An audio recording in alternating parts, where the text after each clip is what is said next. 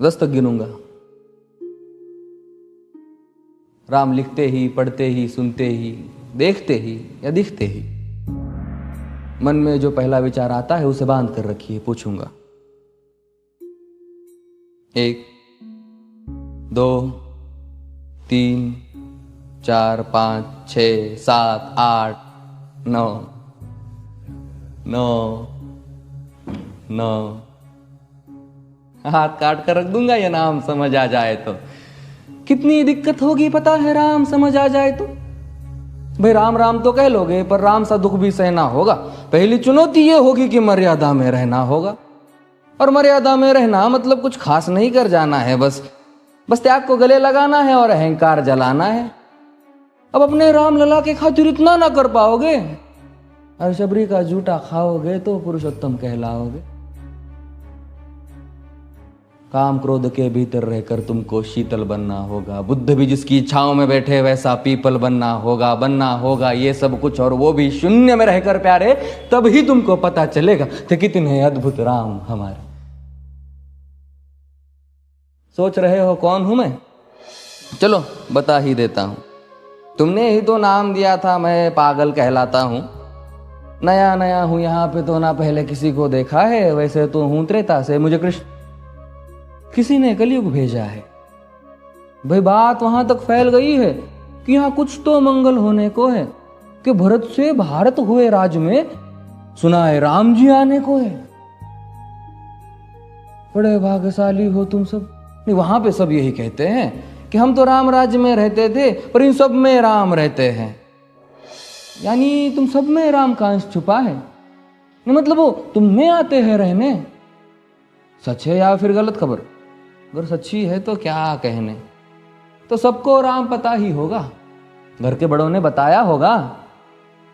तो बताओ फिर कि क्या है राम। बताओ फिर कि क्या है राम। बताओ।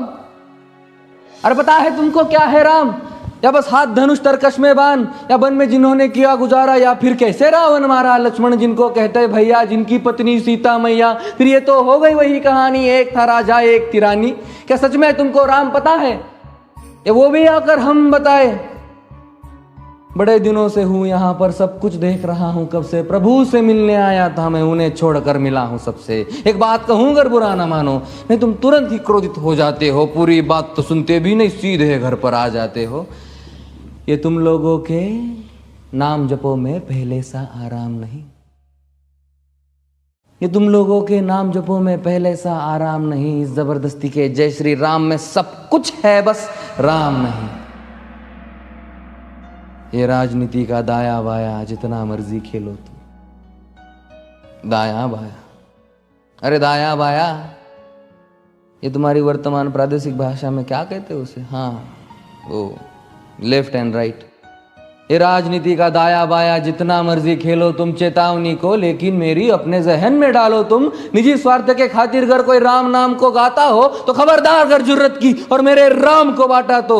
भारत भू का कवि हूं मैं, तभी निडर हो कहता हूं राम है मेरी हर रचना में। मैं बजरंग में रहता हूं, भारत की नींव है कविताएं और सत्य हमारी बातों में। तभी कलम हमारी तीखी और साहित्य हमारे हाथों में।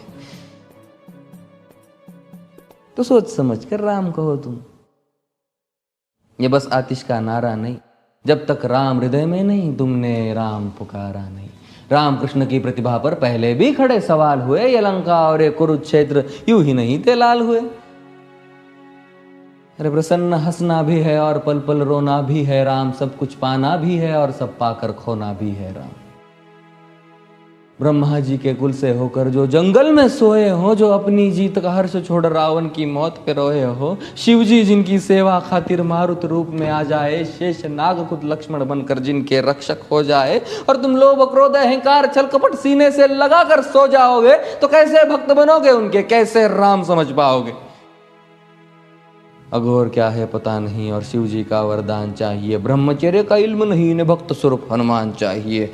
भगवा क्या है पता, लहराना सबको होता है पर भगवा क्या है वो जाने जो भगवा ओढ़ के सोता है। राम से मिलना, राम से मिलना, राम से मिलना है ना तुमको, निश्चित मंदिर जाना होगा पर उससे पहले भीतर जा संग अपने राम को लाना होगा। जय सिया राम। और हाँ, अवधपुरी का उत्सव है, कोई कसर नहीं, सब खूब मनाना। मेरे प्रभु है आने वाले, रथ को उनके खूब सजाना। वो द्वापर में कोई राह तक है, मुझे उनको लेने जाना है। चलिए तो फिर मिलते हैं, हमें भी अयोध्या आना है। जय सिया राम। फिर से